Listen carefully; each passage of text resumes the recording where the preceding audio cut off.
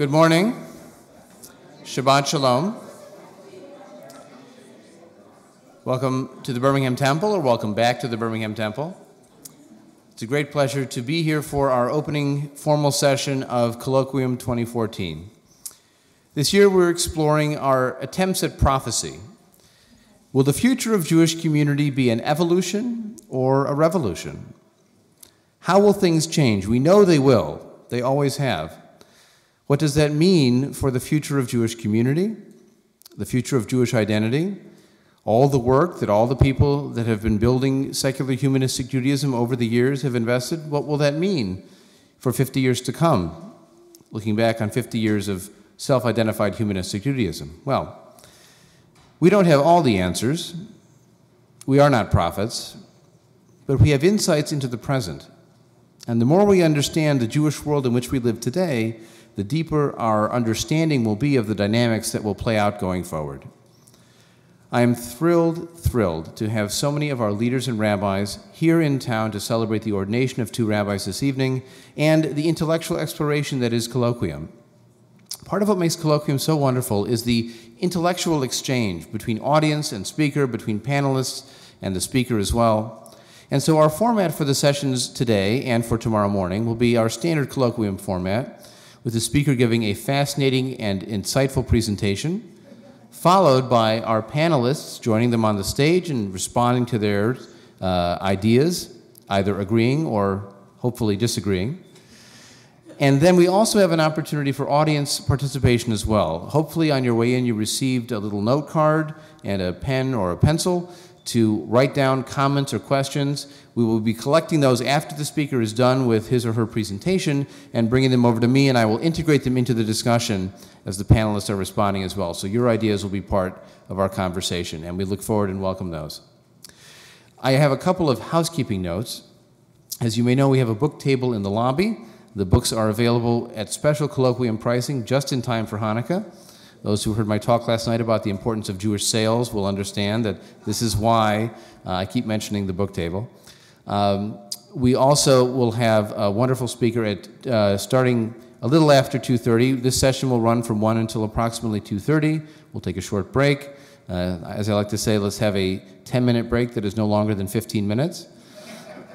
And then we'll be coming back to hear Karen McGinnity speaking on the gendered experience of intermarriage. We have a break for dinner, and then our ordination ceremony begins at 7:30 this evening. Hopefully you received a program on your way in.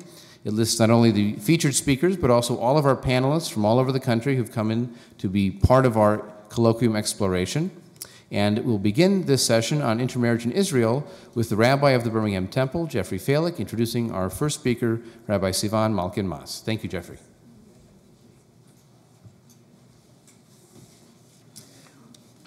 Well, it is an honor to introduce my friend and colleague, Rabbi Sivan Malkin Mas. She, and I hope all of us know this by now, is the first Israeli to ever be ordained as a rabbi in humanistic Judaism. That was in 2003. And her thesis was called How to Build and Develop a Secular Humanistic Jewish Community in Israel. I got that right? And that, I think, is pretty much what you've been doing ever since. So you picked the exact right thing to talk about. She is the Dean of Temurah, the Israeli section of the International Institute for Secular Humanistic Judaism that she helped to found, and that ordained its very first class of, I believe, 7 rabbis in 2006. Like North American humanistic rabbis, Sivan views herself as an educator, a counselor, an expert in Jewish culture, and I can absolutely verify that, and an initiator and organizer of many community events involved in people's lives and life cycle events. It's my pleasure and honor to welcome Sivan.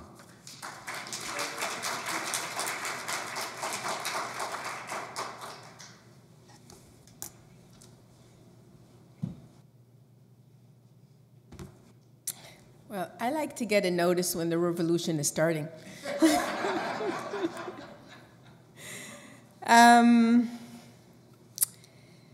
Okay, I don't know if you know this, but Israel is not a community, it's a country. And that is significant. When I was here as the Jewish Agency's emissary to the Federation of Greater Detroit about 20 years ago, I was sitting at one of the board meetings, and somebody gave the report on overseas Judaism. And we got a list of all the communities, which one of them was Israel. And I realized that growing up in Israel and living there most of my life, I have a different perspective of, at least of what Israel is about. So what I would like to do with us today, it's a process I'm going through too, is to talk about our role in the new Judaism. And I don't mean our role, us as the professionals or the leadership, but us as people, which are part of the Jewish people. And what does intermarriage have to do with this? So I will start. The terminology used in Israel may have different meanings. For example, Professor Asher Cohen from Bar-Ilan University talks about opposite assimilation. In other words, in Israel, if you are a minority, your assimilation could be into becoming Jewish, which is a different term. Now, what happens after this assimilation is another question. So one of the other ways to look at what is going on in Israel is to look at conversion. He introduced another concept, which is called sociological conversion.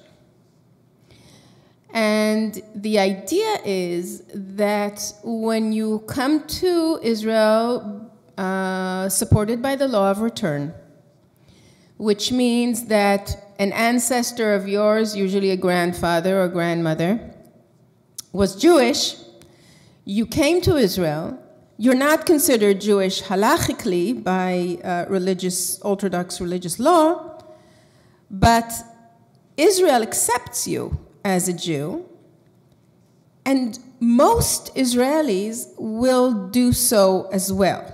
Then why convert? You have been sociologically converted if the society has accepted you as Jewish. Now, he himself is an Orthodox Jew. And in his book, he writes in the preface saying that he's wearing two yarmulkes here. One is his professional one, and the other one is his religious one. And in his religious one, he's saying that this leaves him uncomfortable because there's no need for conversion. And I must tell you that meeting with a few Knesset members that came to Israel from the former Soviet Union, asking them lately, this was about 4 months ago, what do they think about the issue in conversion, they said it's irrelevant. We don't care. Most of our constituency doesn't care anymore.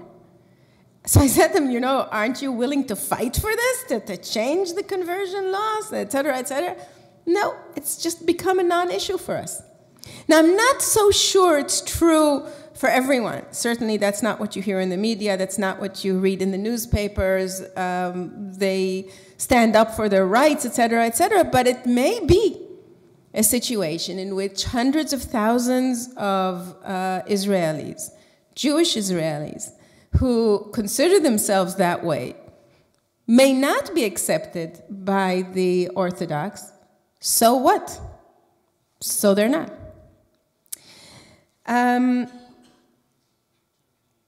If we want to understand what is going on in Israel, the question is, when do we start? So one option is to look at Israel during biblical times and to ask ourselves what kind of Jewish life was lived during the time, at least according to those books in the Bible. As we know, everybody writes history, it's different, et cetera, but according to those books, the Bible pretty much promotes endogamy. In other words, the practice of marrying within a specific ethnic or social group. while rejecting others on such a basis as being unsuitable for marriage or for other close personal relationships. That is true, and that we can read in a few of the books in the Bible.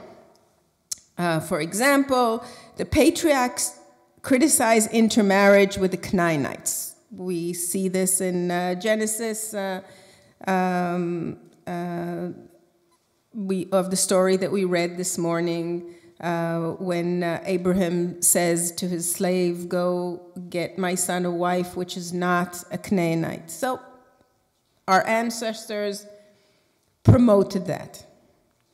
Deuteronomy, a book of many laws, Deuteronomic Code forbids intermarriage with the Canaanites, single out 7 Canaanite nations in particular, and talks about them. I won't read you the whole list, but basically it's the Hittite and the Girgashite and the Amorite and the Canaanite and the Perizzite, etc., etc. So a whole long list of 7 nations that are considered Canaanite nations.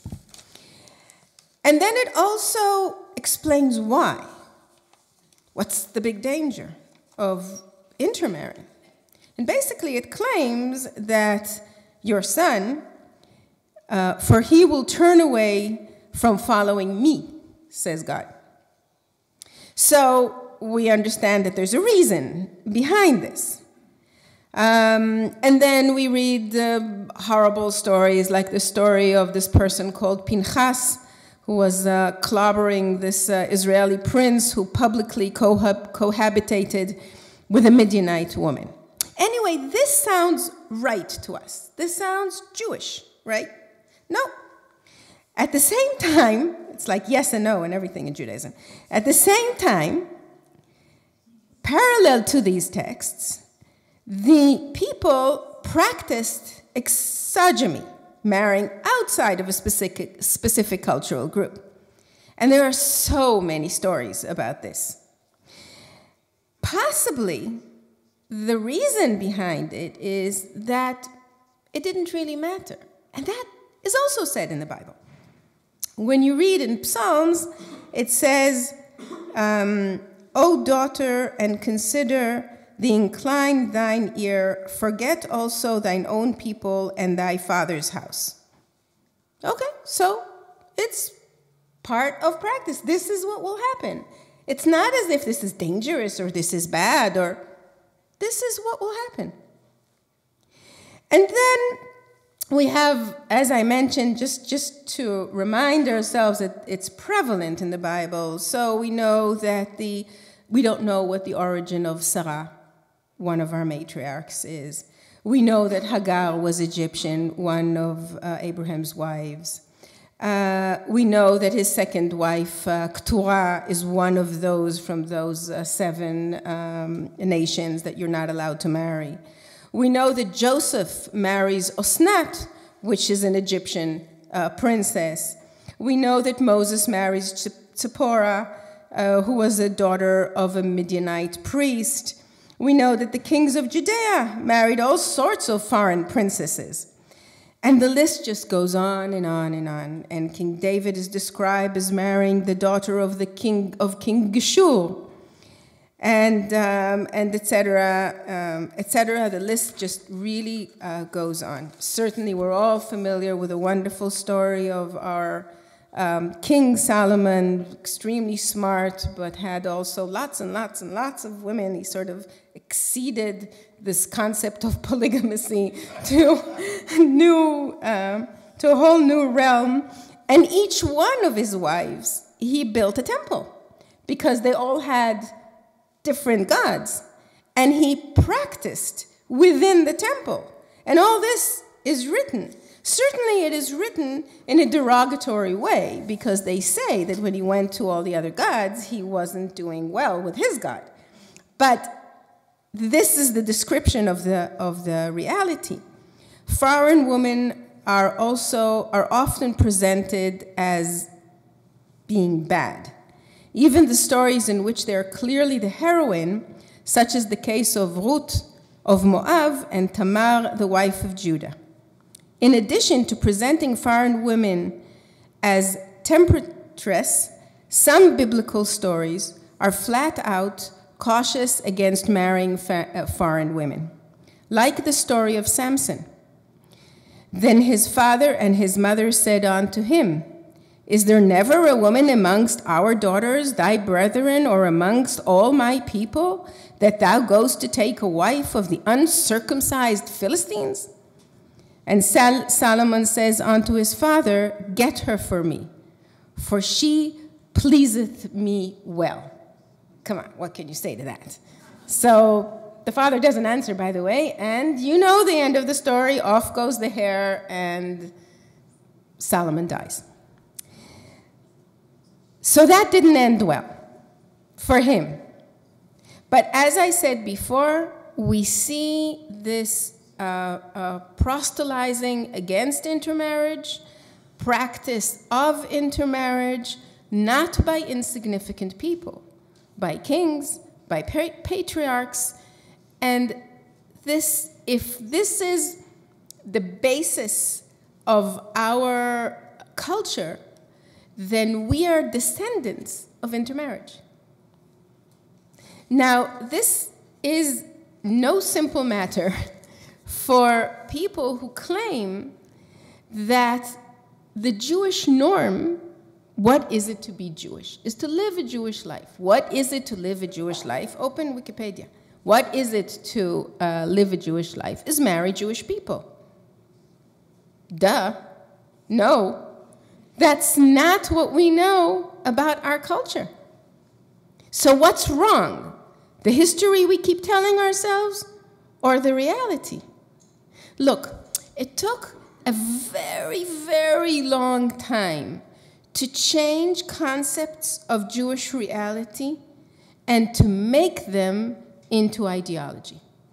I mentioned that last time I was here, but I want to talk about it for a minute again. This, what I just showed you again, and I know you've been hearing this over and over in various colloquiums, this reality of plurality has been the core of Jewish culture. It's not something that happened in the side. This is Jewish culture. It's true that many times each group wouldn't accept the other group.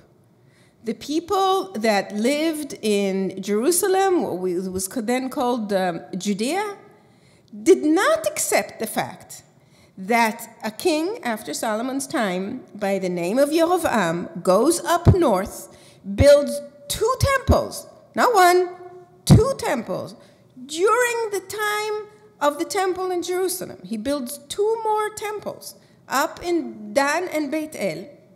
And this is not insignificant because the majority of the Jewish people go with him, 10 tribes. So by the way, when you count temples, you're off. It's not 2 temples. We had at least 4, but we had more. We had Shiloh, we had many more. So our count is completely off. So every time I say Judaism is not what you think, we don't even know how to count. Anyway, so you have those 2 temples up north. They didn't accept the Judean temple. The Judean temple didn't accept them, but it doesn't mean that they all didn't coexist. So the plurality was there. Centuries, centuries, centuries later, people were able to say, aha, so this is Judaism. Judaism has a plurality of forms. Now, let's take that word and add an ism to it and make it our ideology, which is pluralism. Not anymore a description of what we see. Now it's something we proselytize. We say everybody can be a Jew the way they chose, the way they choose. Now we have an ideology. What did we do? Nothing. All we did is open our eyes, look at the reality, and say, wow, good idea. This is what Judaism is about. Now let's make sure that if we want it to continue, at least the way it has, let's not change its nature. Let's be pluralistic about it. And now everybody, not everybody, but the majority of the Jewish people can easily sign up to this new ideology. Think about it when we think about intermarriage. Let's talk about a little bit about what the situation was in Israel a little later. So intermarriage between Jews and non-Jews and other religions have become a common phenomenon in the last 2 decades, in part as a result of waves of immigration from the 90s from the former Soviet Union, as well as among immigrants from Ethiopia. In the last 50 years, the number of mixed marriages outside of Israel, that is, marriages between Jews and non-Jews, and we have professionals here who can probably give you even more accurate numbers, has grown at about 200%. Almost every other Jew married in the world outside of Israel marries a non-Jewish partner. In Israel, 1 in every 10 couples. That's a big change than where Israel was when it just began. According to the Ministry of Interior, the end of January 2008, there were about 100,000 mixed couples in Israel.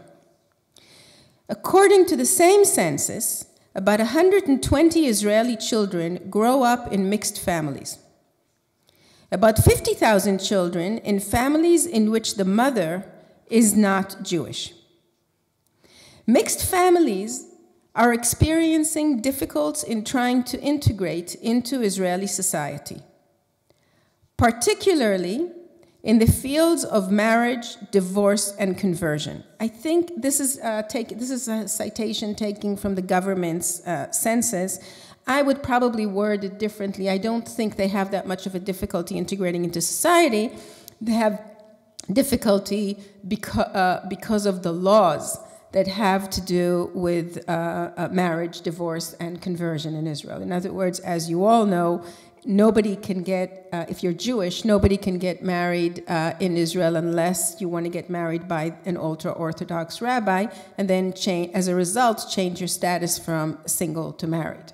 Or you can get married in Cyprus and then come back and be registered as a change of status. But this is really the only way, unless you're not Jewish, and then you can get married either by a priest or by a Qadi. And then there are those who can't get married. Isn't that great? And then there are hundreds of thousands of Israelis that are not Jewish. They are not of a different religion. They are the new invention, religiousness. I remember my grandmother living in Philadelphia wrote us and said, "I finally got my non-driver's license." I didn't know that existed. Anyway, now in Israel we also have a new license. It's called religiousness. But these people can't get married. Now this is very serious because in Israel, we're signed on the same United Nations act that demands of countries to enable every person to get married. And we're not allowing that. So that's a big issue. You know that there are all these censuses asking, so what's the outcome of intermarriage? In other words, how many are keeping the tradition? And that's even before you go into the definition of what it means to be. Okay, so let's think about it in very broad terms. It is said by the same census, I'm not saying that's true, I'm saying that's the census, that outside of Israel, keeping with tradition, somewhere around 30%, in Israel, keeping with tradition, about 60%, outside of Israel, about 6% keeping traditions of both parents, and about 61% outside of Israel, outside of Israel, not keeping any traditions at all. Similar in Israel as well. There's another interesting issue in Israel. There is something similar here in America, but I'm not familiar with this. Children of mothers who came to Israel for various reasons that married Israelis want to bring over their children and can't. For various reasons. The numbers there are small, they're significant, but they're small. They're somewhere between 1,000, 1,500. There's one census I wrote, there are 2,000. So it's a lot of people, but it's not the same numbers that we've talked about before. Now, let's talk a little bit about attitudes towards intermarriage in Israel. About 60% of the people in Israel are opposed to intermarriage. You have to understand, again, we're talking about a ratio of 1 to 10, not every other. It's a big, big difference in reality, which changes your ideology. It doesn't mean that you cannot understand that there is a change in Israel. In other words, more people, as time goes by, accept the concept of intermarriage. There's less and less resistance to the concept of intermarriage in Israel. But the question is, what is a mixed marriage? So, is a mixed marriage about Ashkenazi marrying a Sephardi? Yes. In Israel, this exists, and it is called a mixed marriage. The term is actually used.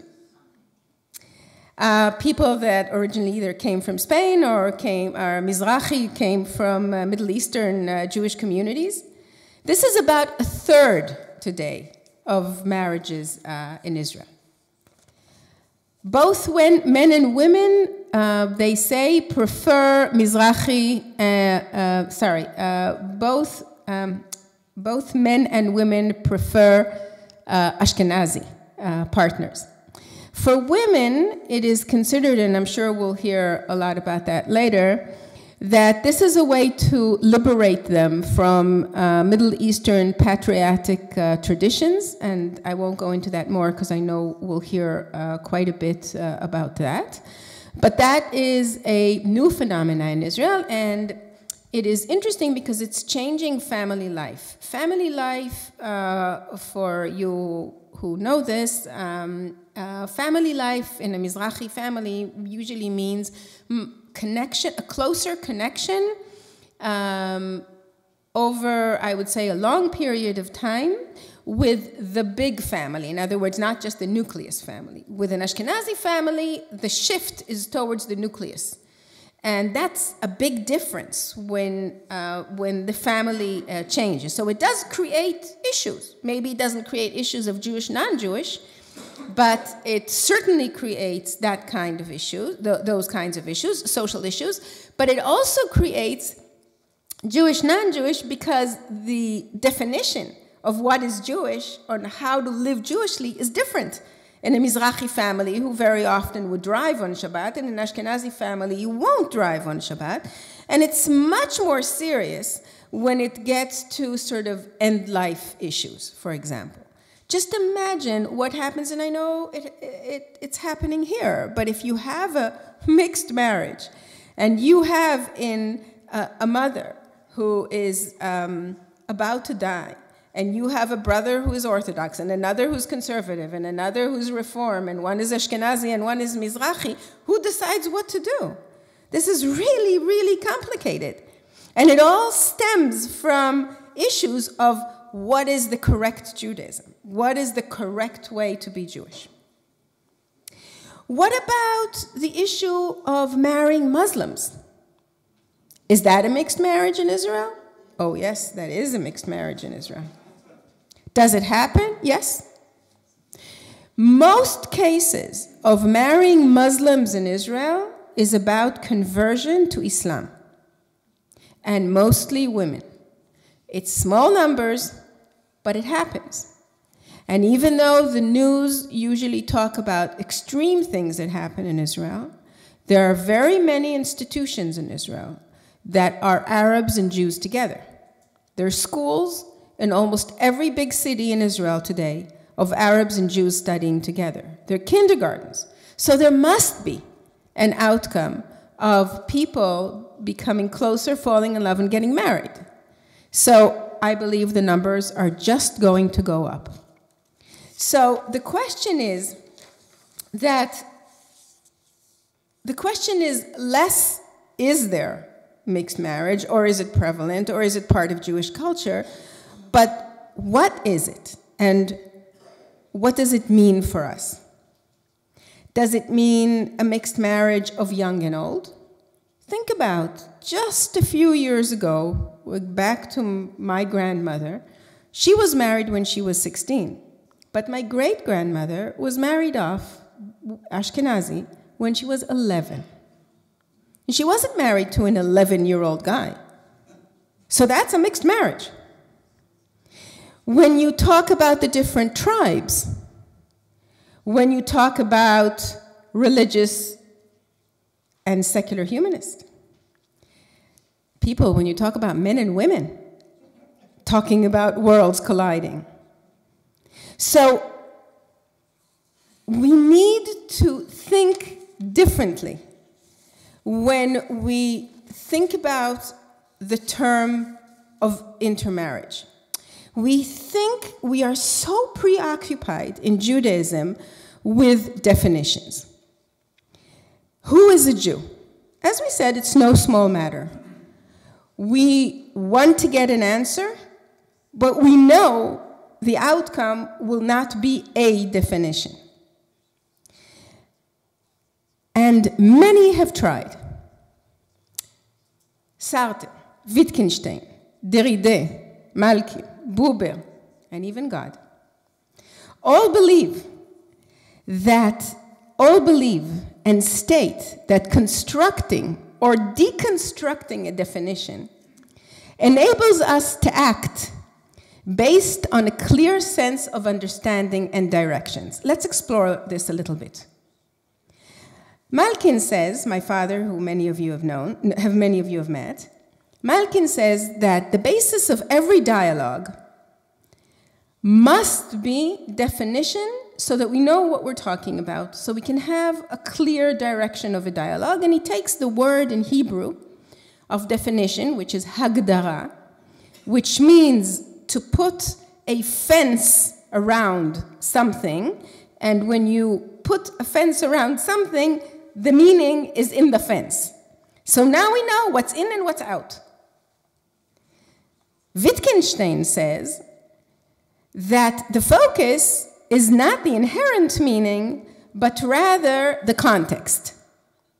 In other words, if we take the pieces of chess and checkerboard, the pieces could be the same, but what they do and what they mean is completely different. So the context completely changes the meaning. Buber says that in order to have a true dialogue, you have to define the other not as an it, but as a thou. So your definition enables you to create your own sense of identity and maybe even reach sublime moments. Jacques Derrida, another Jewish philosopher, regards definitions as extremely dangerous. He says that any society that creates definitions always creates definitions for the less fortunate and makes them even lesser fortunate by doing that. He preaches for only inherent definitions, which will in turn may mean that there will be no more groups. Chaim Cohen, the Supreme Court judge who was part of the founders of this institute, he claimed that to determine who is a Jew is internal process that a person has to go through and then declare that he is a Jew. Others then added on to it, and not of another religion. What does God do in our story? It's all about definitions. How does he create the world? He defines. What does he do? He looks at the water, which is called mayim, and he said, okay, what am I going to do with this? So mayim, you stay down here, and you stay called mayim. And the other part, we put up there, and we say there is sham, and mayim is also sham, so it's shamayim is sky, and this is mayim. I have just defined, I have just separated, I have put them in different places. That's what he does in all his creation. Separation and definition, and then calling these things names.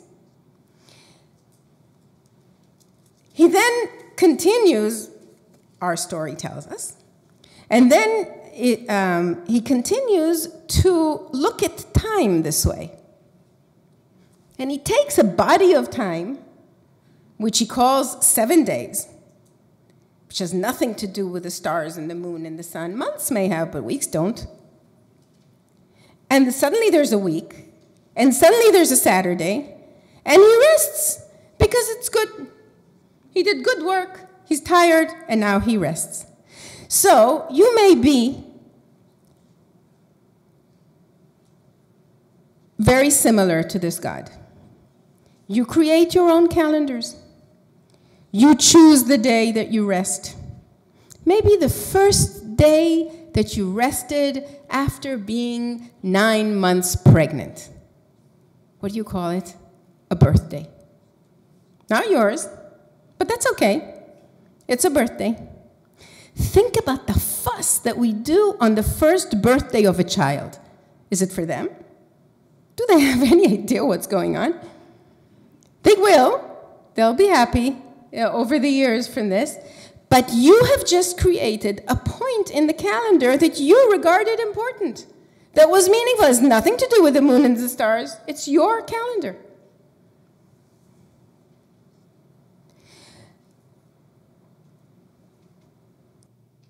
You choose to celebrate an anniversary, a graduation, things that you think important. So you may choose to change your own calendar by defining meaningful, somber events just as celebratory ones. The common denominator is you.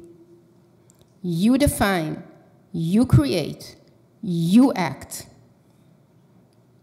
So whether you're just like Buber, you understand the importance of a real dialogue based on defining the other as a whole being, eager to fulfill your own potential better, for a better life.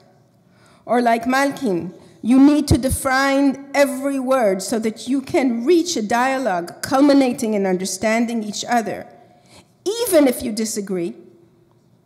Or whether you're like Jacques Derrida, deconstructing definitions to reach the inherent identity which will define each one of you and the people around you differently, and may even end up in creating an inclusive society rather than an exclusive society, because there will be no basis to exclude someone else because there won't be an else.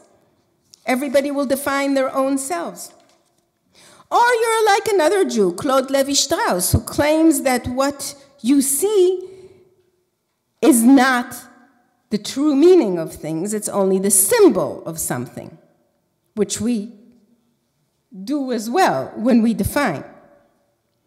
All of that is part of our heritage. And all of that enables us to act about our future. Now, how do we do this? We start by defining. We look at the reality and we say, aha, so in Judaism, the majority of the Jewish people marry non-Jews. Ta-dam. That people is the reality. Okay.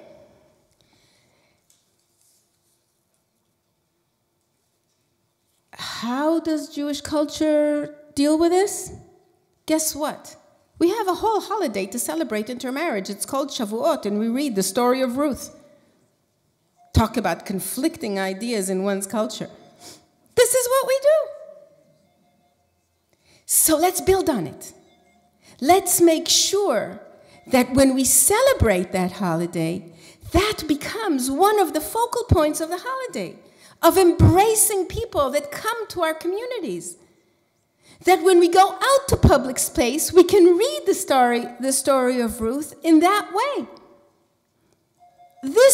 So what if we have a culture that the law says this way and the celebration says that way?